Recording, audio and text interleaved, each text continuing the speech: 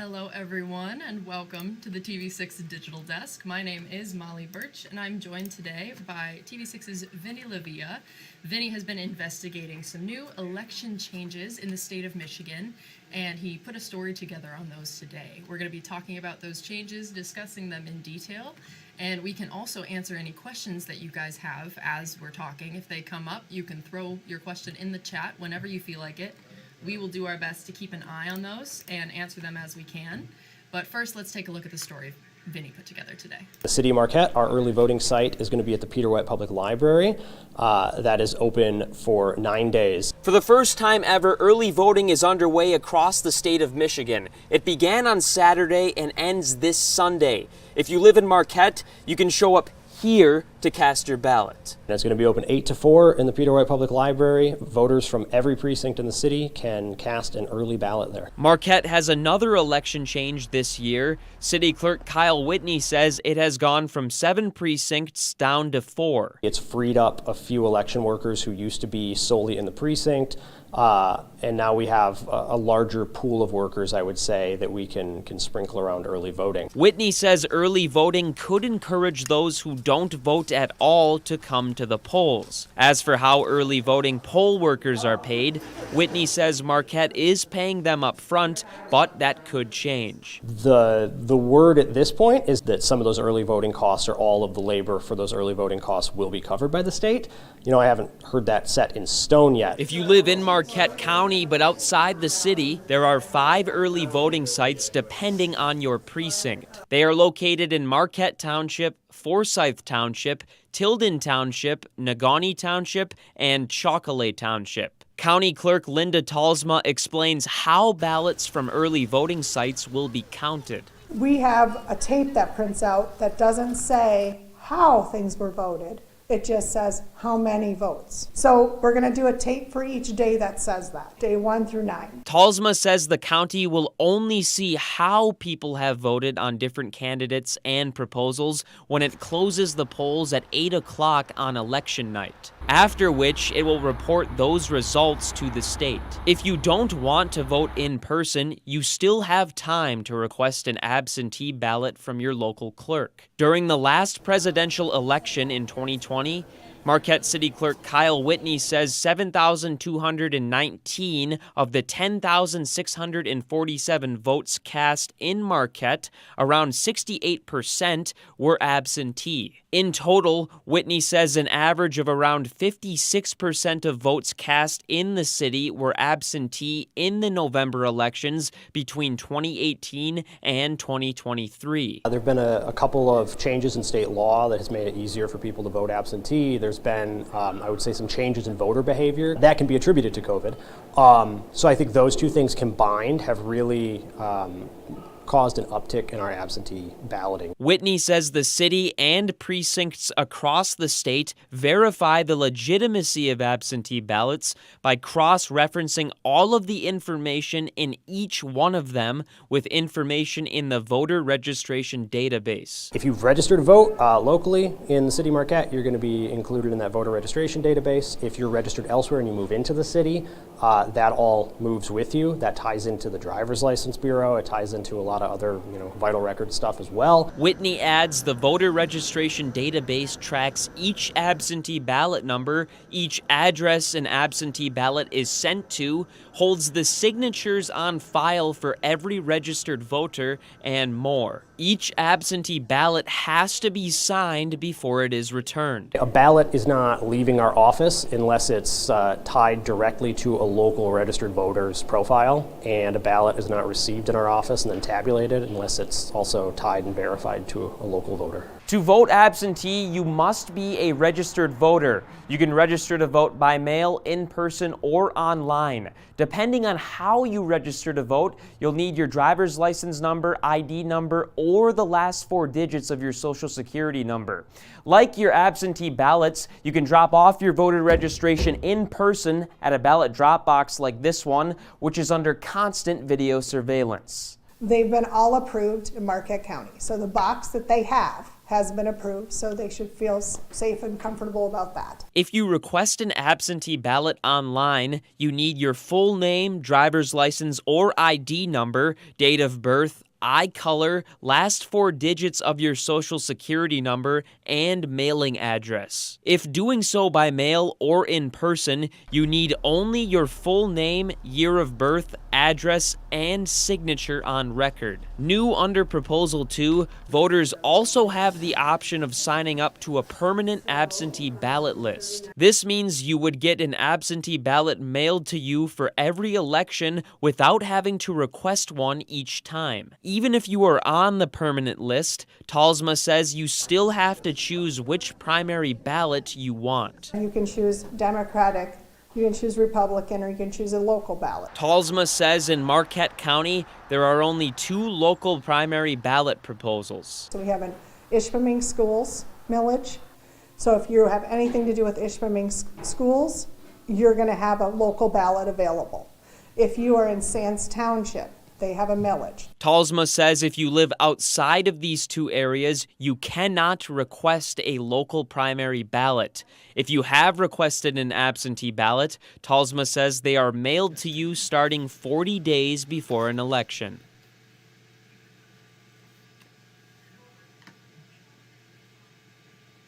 So as you mentioned in the story, Vinny, for the first time ever, early voting is underway across the state of Michigan, and there's still lots of time for people to request an absentee ballot as well from their local clerk.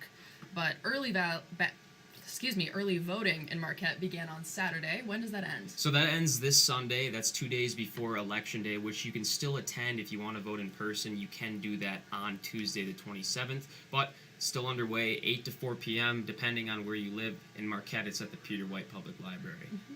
And can you tell me a little bit about that process, like how the nitty-gritty of it works? Absolutely. So it's a little bit different than voting in person on Election Day, but not too different. Basically, you're going to go in, you're going to get your ballot, you're going to fill it out like you normally would on Election Day, but you also have the option to fill out your absentee ballot before you even go to the early voting site. So you can fill your absentee ballot out at home, bring it in, and actually tabulate it and run it through the voting machine yourself.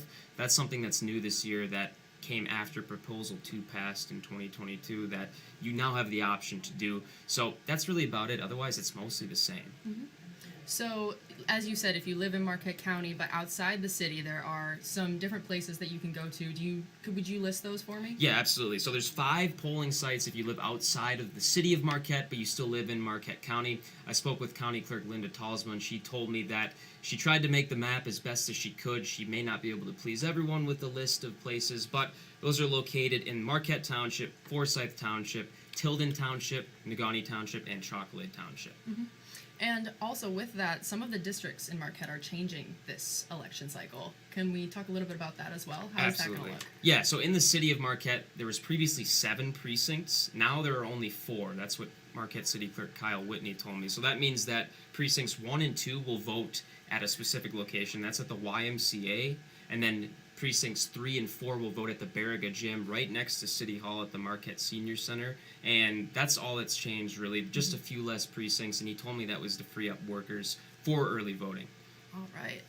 And then, as we mentioned earlier, absentee voting is back as well. Can you tell me a little bit about that process, how somebody could acquire a ballot if they were wanting to vote absentee? Sure. So, as I said in my story, there are 3 different ways, right? You can do it online, you can apply for an absentee ballot, you can apply in person for an absentee ballot, you can also apply by mail for an absentee ballot. Now, things get a little bit tricky because you want to make sure that you have enough time to get that absentee ballot in the mail. So if you're requesting one online, the general rule of thumb is to do it at least 15 days before the election so that you can get your absentee ballot in time. That may not be possible to do online now because we're so close to the primary, but if you're doing it in person or by mail, you may still have the leeway to do it just because you can go in and do it on the same day and kind of get it over and done with. So there are a few differences as well, right? So if you're going online to request an absentee ballot, you need more information than if you were to do it in person. Specifically, you need your full name, your year of birth, your address, and your signature that's on record. And you also need your eye color and the last 4 digits of your social security number, as well as your date of birth. But by mail or in person, it becomes a little bit easier.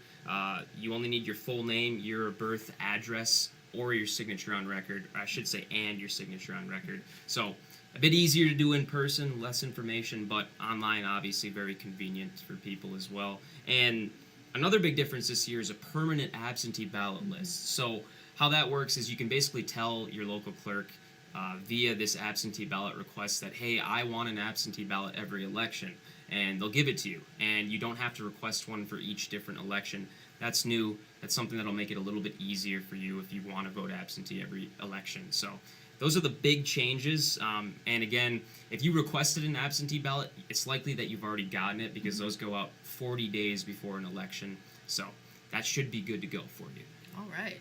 And these votes from early voting and absentee, how will those be counted? So how it was told to me, how County Clerk Linda Talsma told me that these early votes will be counted, is what they'll do is at the end of each early voting day, they will take a tape that basically tells them how many ballots went through machine that day, and that's it. It won't tell them how people voted or anything like that. It will just say, we got this many ballots that ran through our machine this day, and they'll print one out for each day, 1 through 9. And at the end of the early voting period, on election night, at 8 o'clock when the polls officially closed, they will then count up all the votes to make sure that the number of people who cast a ballot, or the number of ballots that went through machines during early voting, matched up with the number of people that went and voted. And then they will also be able to see how those people voted at that time. That's when they'll submit those results to the state to make sure everything is verifiable and looks good. Now, something that we can also talk about in a little bit is the absentee process. I'll let you get to that. Yeah.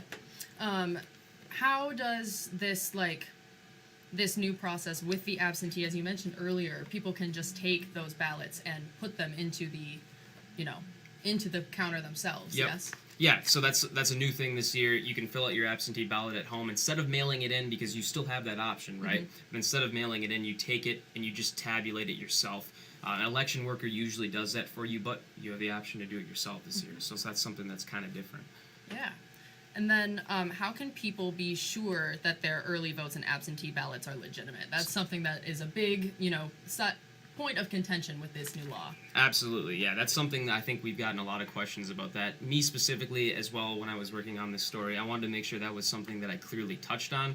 And so I made it a point to ask the city clerk, how do you guys ensure that this is all legitimate, right? There are a lot of absentee ballots, obviously, with it being easier to do now in the state. So he broke it down for me. He basically said that they cross-reference all of the information in every single absentee ballot with what is already in the statewide voter registration database. So they go in, they have your signature on file, they have your address, they have the address they sent the ballot to specifically. If it's different than your permanent address, they have the ballot number that they sent to you, they have your first and last name, they have the last 4 digits of your social security number. All of this information is in the voter registration database, and once they get that absentee ballot, they go through it and they ensure that all of the information that is in there matches up with what is in the database. And they also require you to sign that voter or absentee ballot before you turn it in.